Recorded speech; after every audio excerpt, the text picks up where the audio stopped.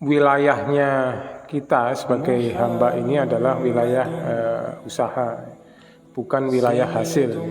Apakah kita dari usaha kita itu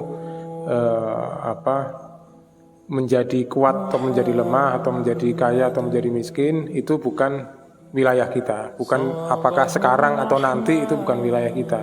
Tapi yang diperintahkan kepada kita adalah kita dituntut untuk selalu berbuat yang terbaik, gitu, beramal yang terbaik.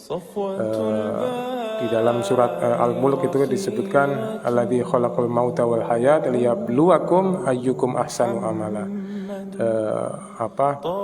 Allah yang menciptakan kematian dan kehidupan untuk menguji kalian siapa yang paling baik amalnya, bukan paling baik hasilnya, gitu. Bukan paling baik apakah nanti jadi kuat atau jadi lemah atau kaya atau miskin.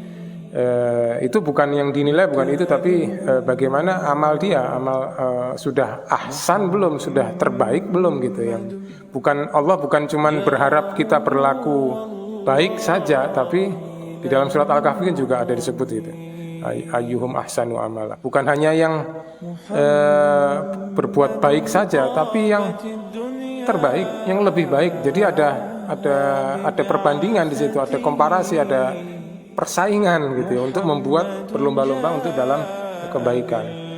Jadi Al-Quran kan juga banyak mengkoreksi pandangan orang tentang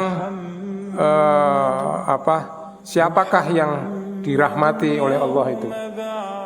Ada yang berpendapat misalnya ketika di dalam surat Al-Fajr itu misalnya, ada sebagian manusia yang ketika dia diberikan keluasan rezeki, kesenangan, dia mengatakan bahwa Tuhan telah memuliakan aku.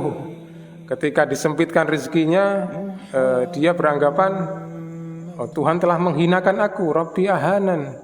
Langsung tegas disebutkan kalla balla tukrimunal yatim. Tidak, sekali-kali tidak, bukan seperti itu. Bukan kaya miskin atau kondisi itu bukan menunjukkan apakah dia itu dirahmati atau dibenci oleh Allah, tapi bal tukrimunal yatim, berbuatlah, gitu loh. Bukan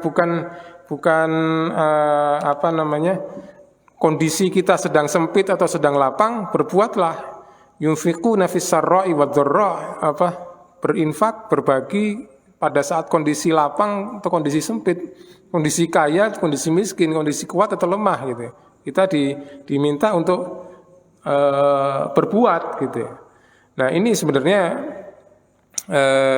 apa yang kita bahas malam ini adalah dalam rangka kita bagaimana berbuat menyikapi orang-orang yang mungkin dia sudah berusaha, tapi dia dalam hasilnya dia kurang beruntung, gitu ya. Bukan berarti orang yang kurang beruntung ini artinya jauh dari rahmat Allah, tidak. Tapi ada tanggung jawab buat kita yang diberikan kelebihan oleh Allah, keberuntungan, karena tadi hasil itu bukan karena hasil kita. Nanti jadi kayak Korun yang mengatakan bahwa ini kekayaan itu karena ilmu yang ada padaku. Bukan, karena Allah merahmati, tapi Allah ingin melewatkan rezeki kita ini untuk mereka ini lewat kita. Ini sebuah keberuntungan buat kita yang memiliki kelebihan itu, supaya kita menyalurkan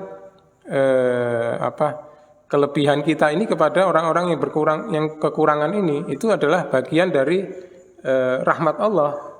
Rahmat Allah untuk dia yang miskin ini melalui kita.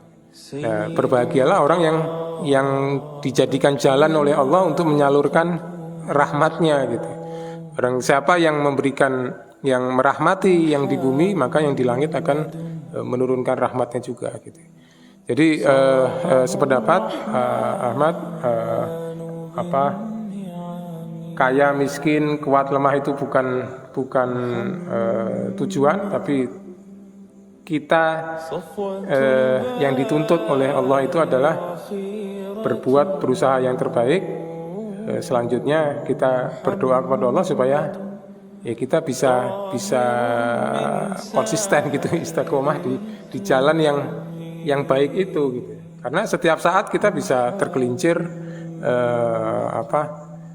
ya ke jalan yang tidak diridhoi oleh Allah. Begitu itu ya sungguh celaka kita, walaupun kita saat itu kondisinya sedang kuat atau sedang lemah gitu. Jadi bukan kondisi kuat atau lemahnya, kaya atau miskinnya. Nabi Sulaiman kaya raya gitu. Tapi apa ya sikapnya yang dipegang oleh Nabi Sulaiman alaihissalam itu, hadza min fadli rabbi liyabluwani ashkuru am akfur. Ini sungguhnya adalah anugerah dari Allah untuk menguji aku, liyabluwani, apakah aku ini bersyukur atau kufur gitu. Jadi sikap kita tadi ya menentukan apakah kita ini akan selamat atau tidak. Bahkan tadi surga dan neraka yang berdebat tadi itu ditengahi oleh Allah dalam hadis tadi, bukan kamu yang menentukan, bukan kondisi kaya atau miskin, tapi aku yang membagi aku yang punya kehendak siapa, aku akan menurunkan rahmat kepada siapa dan akan menempatkan di neraka itu siapa, menempatkan di surga itu siapa, itu adalah semua dalam kehendakku Allah Subhanahu wa taala.